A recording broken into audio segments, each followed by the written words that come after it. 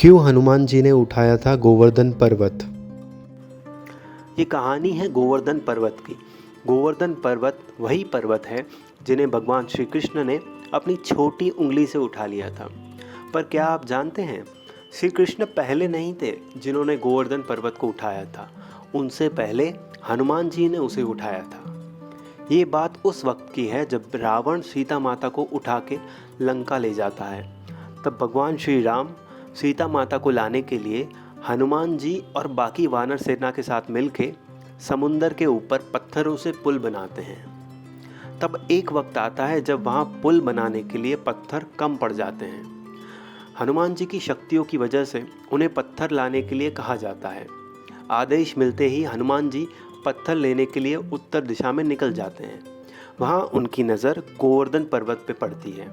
हनुमान जी गोवर्धन पर्वत के पास जाते हैं और उनसे कहते हैं कि आपको भगवान श्री राम के काम में सहाय करने का मौका मिल रहा है।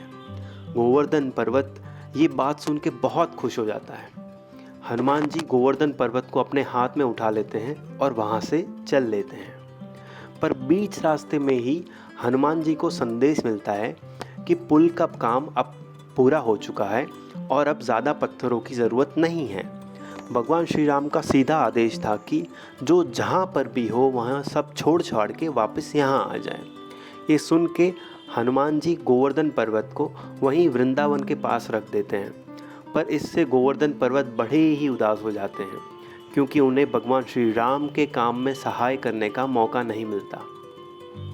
हनुमान जी फिर भगवान श्री राम के पास जाते हैं और वहाँ उन्हें गोवर्धन पर्वत की सारी कहानी बताते हैं। तब भगवान श्री राम ने कहा कि उनके अगले जन्म में जब वे इस धरती पर आएंगे तो गोवर्धन पर्वत से ना सिर्फ मिलेंगे पर उन्हें अपने हाथों से उठाएंगे भी। इसके बाद जब भगवान श्री कृष्ण ने जन्म लिया तो वह 11 साल तक वृंदावन में रहे गोवर्धन पर्वत के पास, और 7 दिनों तक उन्होंने गोवर्धन पर्वत को अपनी छोटी उंगली से उठा के रखा था। इसलिए आज भी गोवर्धन पर्वत के लिए दिवाली के एक दिन बाद भारत में कई जगहों पर गोवर्धन पूजा की जाती है। माना जाता है कि ये वही दिन है जब श्री कृष्ण ने वृंदावन के ब्रजवासियों को इंद्रदेव के प्रकोप से बचाने के लिए गोवर्धन पर्वत को उठाया था।